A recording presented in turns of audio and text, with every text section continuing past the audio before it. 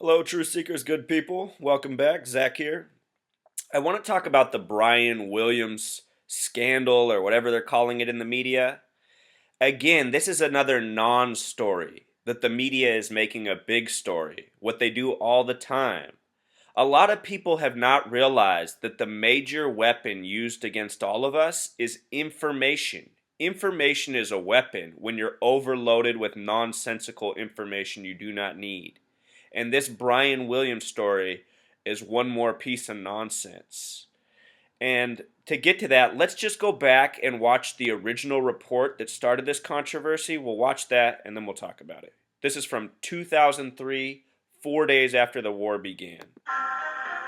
Our colleague Brian Williams is back in Kuwait City tonight after a close call on the skies over Iraq. Brian, tell us about what you got yourself into. Well, in the end, Tom, it did give us a glimpse of the war being fought as few have seen it. We asked the U.S. Army to take us on an air mission with them. They accepted. We knew there was risk involved. We knew we would be flying over Iraq. We discussed it. We weren't cavalier about it. We took off, and that is right about when things started to happen. What's the weapon status? Right now, it should still be locked and loaded on safe. Indeed, just before we're able to make our drop, radio traffic makes clear this routine mission is running into trouble. We took fire on the way in. We currently are not under fire. I say again, not under fire, but we look for some type of security. Over. We quickly make our drop and then turn southwest. Suddenly, without knowing why, we learn we've been ordered to land in the desert. On the ground, we learned the Chinook ahead of us was almost blown out of the sky. That hole was made by a rocket-propelled grenade, or RPG, fired from the ground. It punched cleanly through the skin of the ship, but amazingly, it didn't detonate. Though the chopper pilots are too shaken to let us interview them, we learned they were shot at by some of those waving civilians. See, are you hearing all the clues, True Seeker? The pilots are too shaken to give an interview. They just showed us a picture of metal with a hole punched through it, supposedly punched by an explosive RPG. All the elements of this story are already fake. They're already obvious lies and deception.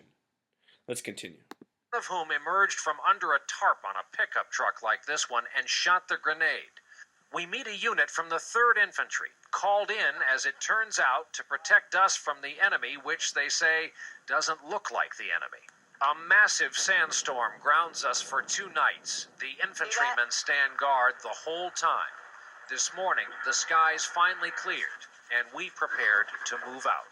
We're gonna kick and burn and get the heck out of here. Yeah, man. Have a safe trip back. Yeah. We thank our protectors who prepare to push on toward Baghdad, and we head back to base. Our routine 6-hour mission had turned into 50 hours that were anything but. On this broadcast last week,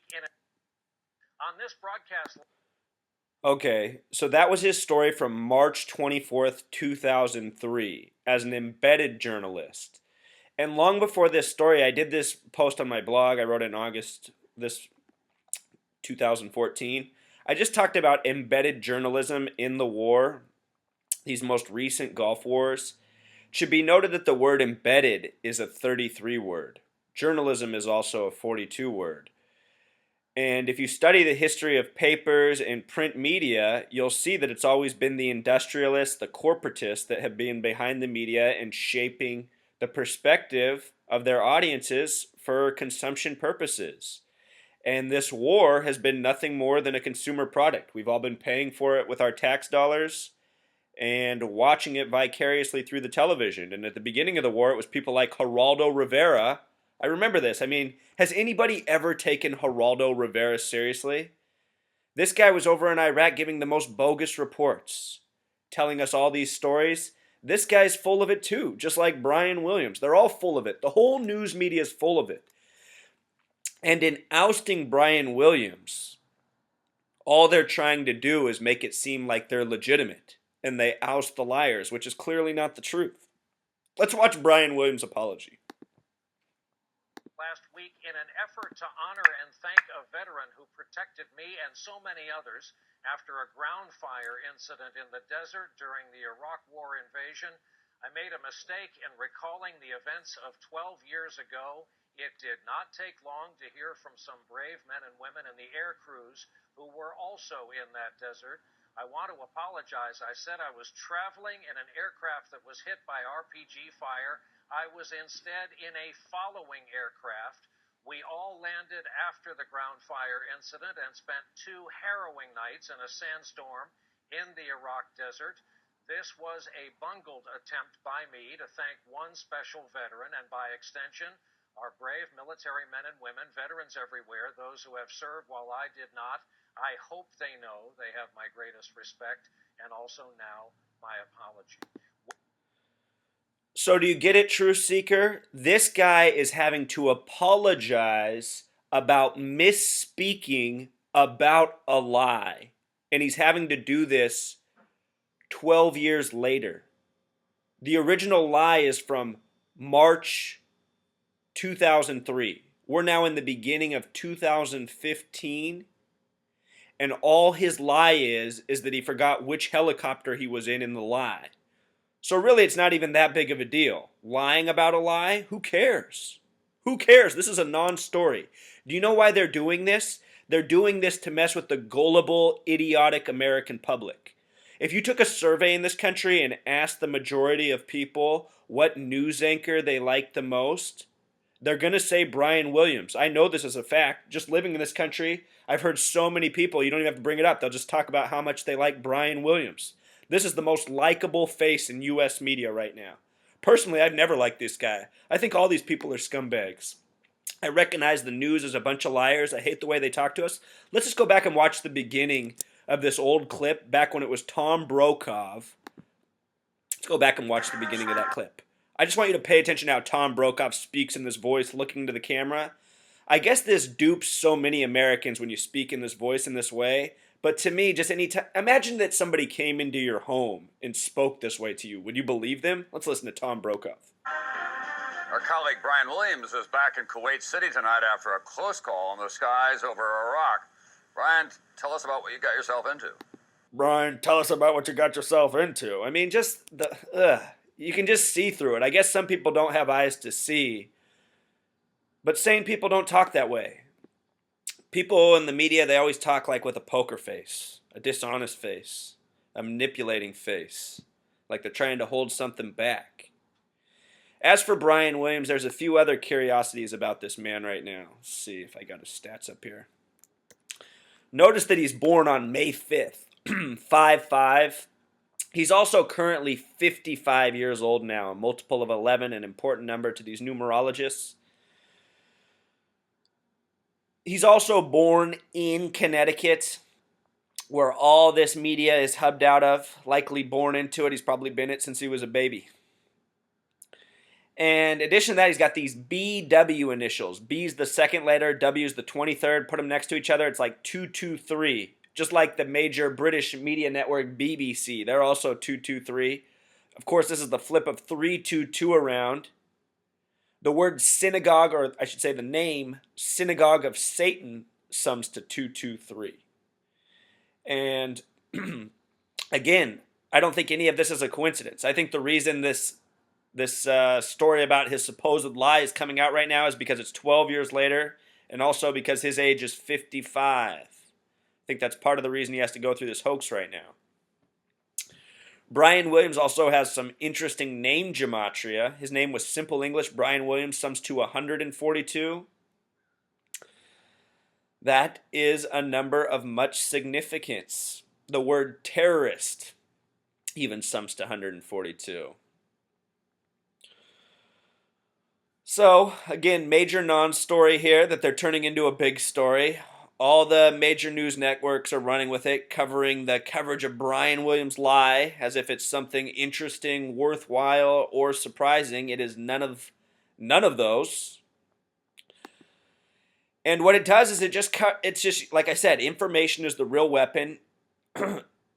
It's piled in our brains and it makes us forget about the real liars. Here's George W. Bush, March 18th, 2003. 6 days before the original Brian Williams lie. Here he is giving Saddam 48 hours to step down before we invade on March 20th. Let's just listen to some of these quick lies. Because we are not dealing with peaceful men. Intelligence gathered by this and other governments leaves no doubt that the Iraqi regime continues to possess and conceal some of the most lethal weapons ever devised. This regime has already used weapons of mass destruction against Iraq's neighbors and against Iraq's people. The regime has a history of reckless aggression in the Middle East. It has a deep hatred of America and our friends, and it has aided, trained, and harbored terrorists, including operatives of Al-Qaeda. True Seeker, we just need to cut it off right there. You know who hates America and all the people who live here? This guy and all the elites who rule us. They don't give a fuck about us. They don't care about us at all. Think about our entire lives. We have to go to schools where we're lied to every day. Once we're done grinding in school, we have to come work and pay taxes that keep these people rich and in power. And how do they stay there? By grinding us like slaves, making our minds ignorant from the beginning, poisoning us with toxic food. And then day after day, just pelting us with more lies. Day after day after day. This man has never been held accountable for these lies he just told into the camera. And for those of you who were fooled for a long time and believed any of this, guess what? It's because you were asleep. The day this speech was given, websites such as BuzzFlash had all the information America needed. It was out from the day the speech was given that this entire speech was based on lies, that there were no weapons of mass destruction, that the reports were fudged. Data manipulations. Do you remember the Valerie Plame scandal and her husband? All that information was out the day he gave this speech. Lies. More than a decade old, no justice, but here we are 12 years later talking about Brian Williams' lie that was based on a lie. And that hasn't even been brought up in the story, that his original report was a lie. He's being blasted because he couldn't remember which helicopter he was in the lie.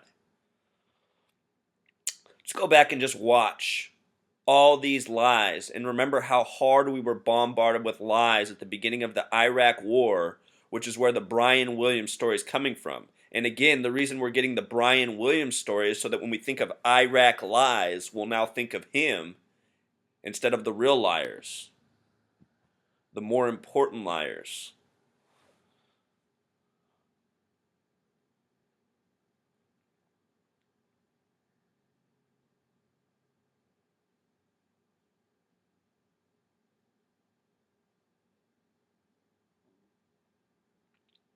It concludes that Iraq has chemical and biological weapons, that Saddam has continued to produce them, that he has existing and active military plans for the use of chemical and biological weapons, which could be activated within 45 minutes, including against his own Shia population. The United States knows that Iraq has weapons of mass destruction. Any country on the face of the earth with an active intelligence program knows that Iraq has weapons of mass destruction. There is no doubt that Saddam Hussein now has weapons of mass destruction. There is no doubt that he is...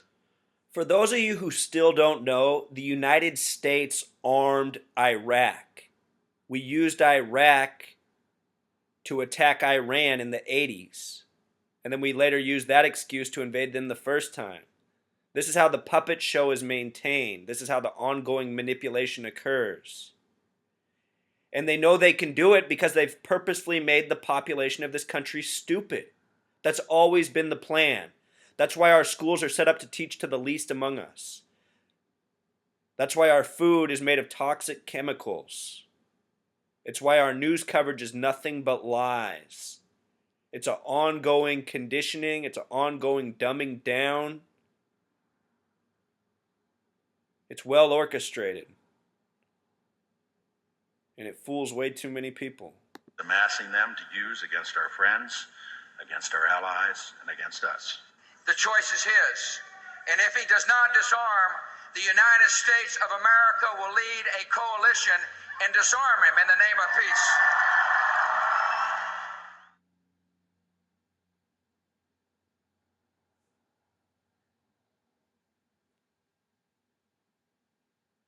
Saddam Hussein aids and protects terrorists, including members of Al-Qaeda. Secretly and without fingerprints, he could provide one of his hidden weapons to terrorists or help them develop their own. Before September the 11th, many in the world believed that Saddam Hussein could be contained. The war on terror, you can't distinguish between Al-Qaeda and Saddam when you talk about the war on terror. We've learned that Iraq has trained Al-Qaeda members in bomb making and poisons and deadly gases. He's a threat because he is dealing with Al-Qaeda. We know that Iraq and Al-Qaeda have had high-level contacts.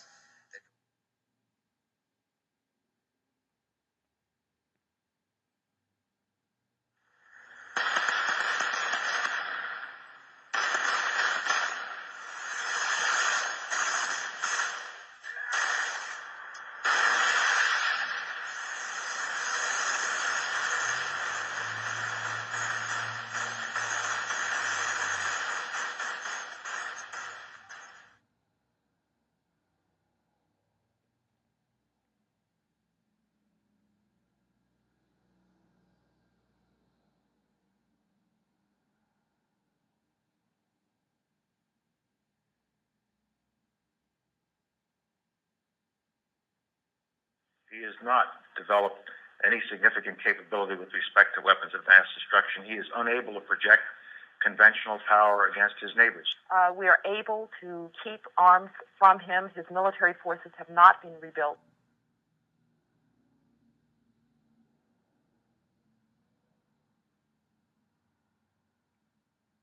It appears that there were not weapons of mass destruction there. You said you knew where they were. I did not. We know where they are. They're in the area around Tikrit and Baghdad and east, west, south, and north somewhat. You said you knew where they were, near Tikrit, near Baghdad, and north, east, south, and west of there. Those are your words. My words were, we know where they are. They're in the area around Tikrit and Baghdad and east, west, south, and north somewhat. Senator's got his facts wrong. I have not suggested there's a connection between Iraq and 9/11. With respect to 9/11, of course, you've had the story that's been public after. The Czechs alleged that Mohammed Atta, the lead attacker, met in Prague with a senior Iraqi intelligence official 5 months before the attack. He said there were three main reasons for going to war in Iraq: weapons of mass destruction, the claim that Iraq was sponsoring terrorists who had attacked us on 9/11, and that Iraq had purchased nuclear materials from Niger. All three of those turned out to be false.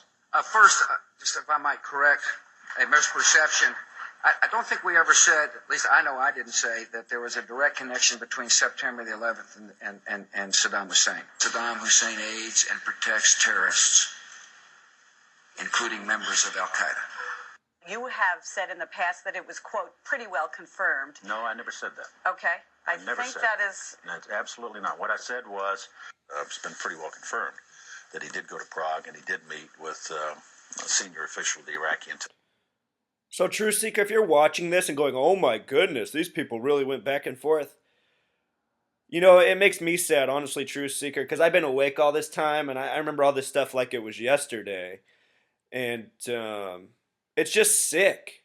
I mean, this last administration we had before Obama was just sick. It was the sickest thing on the planet. That's why to see all these Christians coming out of the woodwork and trying to see if Obama's Satan and saying, oh, he looks like the Antichrist. It's just a big joke to me, you guys. I mean, Obama's really bad. I've told everybody from the beginning to never vote for this guy. I've never supported him for a second. But this last administration, the Bush administration, was 1,000,000 times worse. 1,000,000 times worse. Maybe I shouldn't say that. Maybe Obama's no better. But just they were so bad because it was like this. It was this stuff out in front of us every day. Blatant lies, hypocrisy, back and forth. And at the time, you know, that time was the same as this time, really. Let's continue. Intelligence Service. Well, let me just ask you this. If they did not have these weapons of mass destruction, though, granted, all of that is true, why then did they pose an immediate threat to us, to this country? You and a few other critics are the only people I've heard use the phrase immediate threat. That he has existing and active military plans for the use of chemical and biological weapons, which could be activated within 45 minutes. Active chemical munitions bunkers, mobile production facilities. The United States knows that Iraq has weapons of mass destruction. The reason I keep insisting that there was a relationship between Iraq and Saddam and Al-Qaeda, because there was a relationship between Iraq and Al-Qaeda. What did Iraq have to do with what? The attack on the World Trade Center. Nothing. You know, what has been happening as we debate the number of troops, as we debate whether to withdraw, is also this continual debate over the intelligence leading up to the war. And I know you said you believe that it's wrong to question the motives or the honesty of administration officials, but I have a different question for you. If you had known that no weapons of mass destruction would be found, would you have advocated invasion? I didn't advocate invasion. You didn't? No, I wasn't asked. If you read all the books and the things... You weren't, but why weren't you asked? That's very puzzling. Well, I'm sure the president understood what my views were, but as a technical matter, did he ever look and say, what should we do? Should we go do this or not do that? This is something that the president thought through very carefully. Are you trying to distance yourself from the war with that? Of course not. I agreed completely with the decision to go to war. And I said that 100 times. And don't even suggest that. I'm just asking. Yeah, well, you know better. Look, the interesting thing to me about the pre-war intelligence is clearly it was wrong.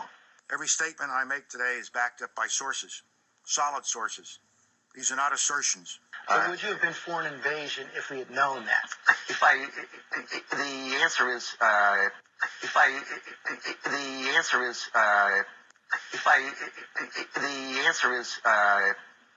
probably yes.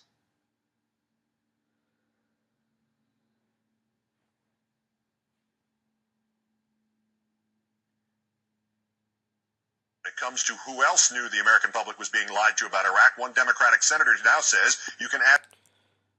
I'm just going to cut it off here, Truth Seeker. The answer to who knew they were lying is anybody who was paying attention.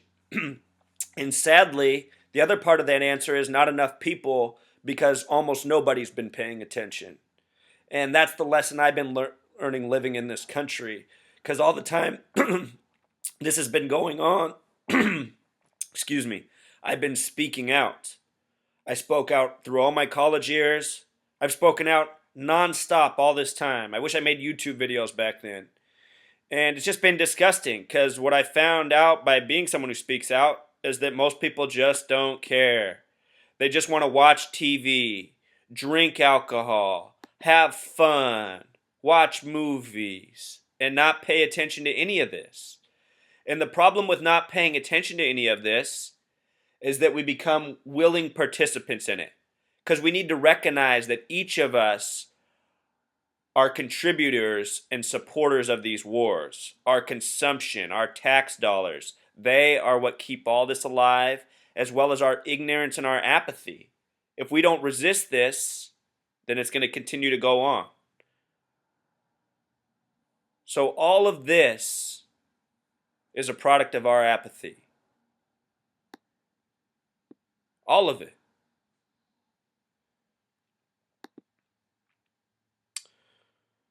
And again, Truth Seeker, the main point of this message is to not get caught up in all the hysteria they're trying to give you. You just need to keep a focused view of what is going on in this world and understand why you're given stories, such as that Brian Williams lied about Iraq. The whole story is a joke. It's not meant to out Brian Williams. There could be some political stuff, or it could just be a timing thing. It could be that Brian Williams is ready to move on. This story is just another hoax. Brian Williams' lie is super insignificant. The media didn't need to accentuate this and make a big story about it. It's just so funny how they're having people focus on the fact that he forgot which helicopter he was in. They're making it seem like that's the important part of the lie. Not that the entire story was a lie from the beginning, to accompany a war based on lies. You know, for the next 10 years, more people are probably going to remember that Brian Williams was the big liar in Iraq now. They'll forget about George W. Bush, Tony Blair, Donald Rumsfeld, and all the other liars. It's just, there must be something in our media, something behind the images, something behind the words that subconsciously registers in most people's brains. Because even the more I think about it, you know, back then when the media was covering Donald Rumsfeld lying, George W. Bush lying a little bit, you know, it never created the buzz. People never really wanted to talk about that. But for whatever reason, people want to talk about Brian Williams. Brian Williams lie, you know? People ask me if I've heard about this story. Who cares? Brian Williams? This guy doesn't even matter. Another smug news anchor. Oh, here's the latest Brian Williams lie. And it's just so obvious. Like, if I read this, I would think, exactly. See, here's a story that he's been telling on the news about how he got robbed back in the 70s when he used to sell Christmas trees. Another sensational story. The point where it's obvious that he's lying is that the fact that he can recall the make of the gun that was shoved in his face as he was being robbed.